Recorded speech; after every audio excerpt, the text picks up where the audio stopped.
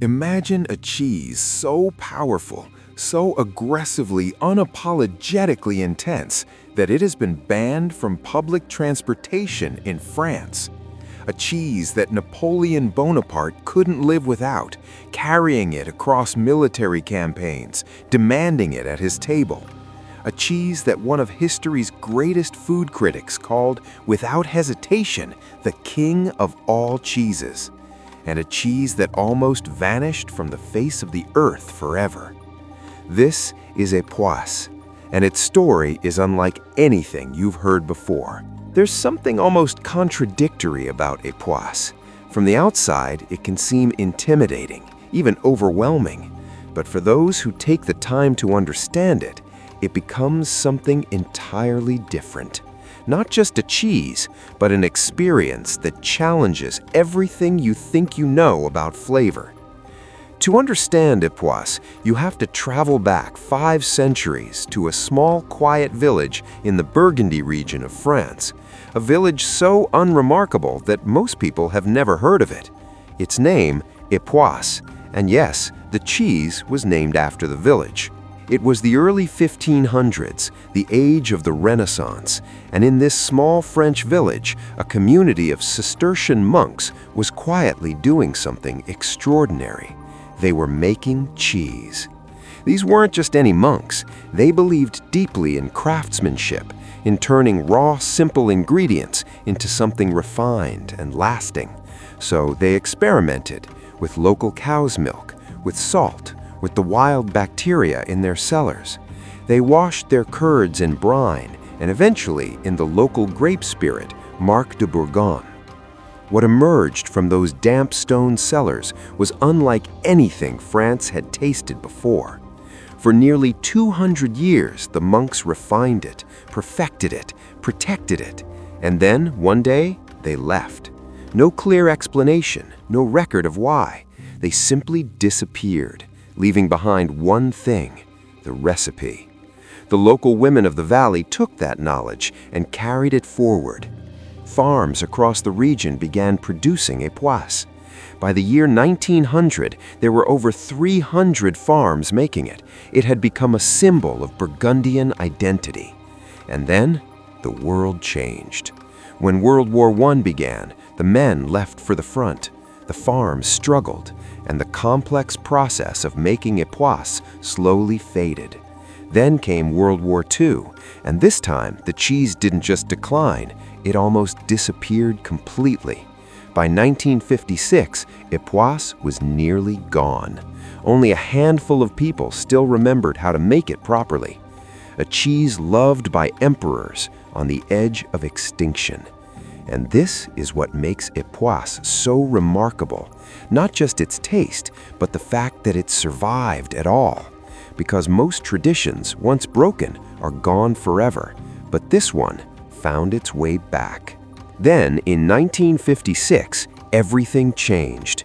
A farming couple, Robert and Simone Berthaud, decided to bring Époisses back.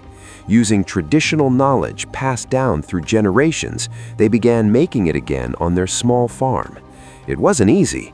Each wheel required constant care, hand-washed multiple times a week, precise conditions, patience, but the result was extraordinary. What was almost lost was alive again. Soon, demand returned. By 1991, Époisses received official protection as a traditional French cheese, saved, preserved, and reborn. And in a world that moves faster every year, where shortcuts replace patience, Époisses stands as a reminder that some things simply cannot be rushed, that true quality still demands time and care. But the story of Époisses isn't just about survival, it's about power. Napoleon Bonaparte, one of the most powerful men in history, was obsessed with it. He paired it with fine Burgundy wine and made sure it was always at his table, even during campaigns. While reshaping Europe, he was also thinking about cheese. And then came the ultimate recognition.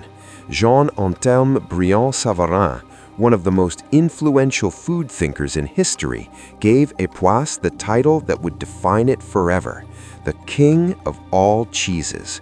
Not brie, not Parmigiano, not Roquefort, Époisses. So what makes it so special? It starts with whole cow's milk, gently heated, then slowly transformed over time. No shortcuts, no rushing. The curds are handled delicately, left to drain naturally, and then the real transformation begins. Over several weeks, each wheel is carefully washed again and again with Marc de Bourgogne. With each wash, the rind deepens in color, from pale to golden to its signature deep orange. That color comes naturally from bacteria working over time. No artificial processes, just science and patience. Inside, the cheese becomes something extraordinary. Soft, creamy, almost spoonable, rich, buttery, slightly earthy, with a depth of flavor that lingers long after the last bite. But then there's the smell.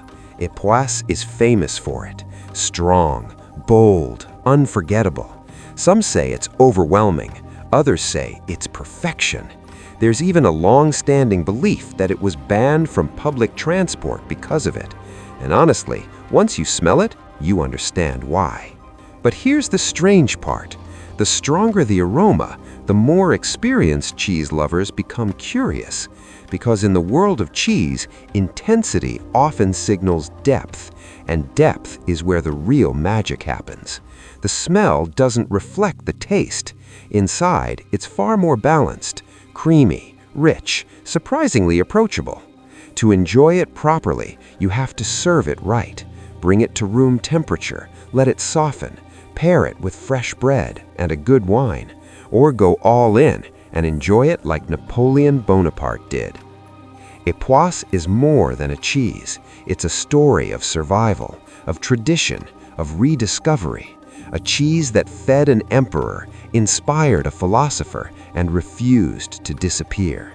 So now the question is, which side are you on? The ones who have tried it, or the ones still afraid to?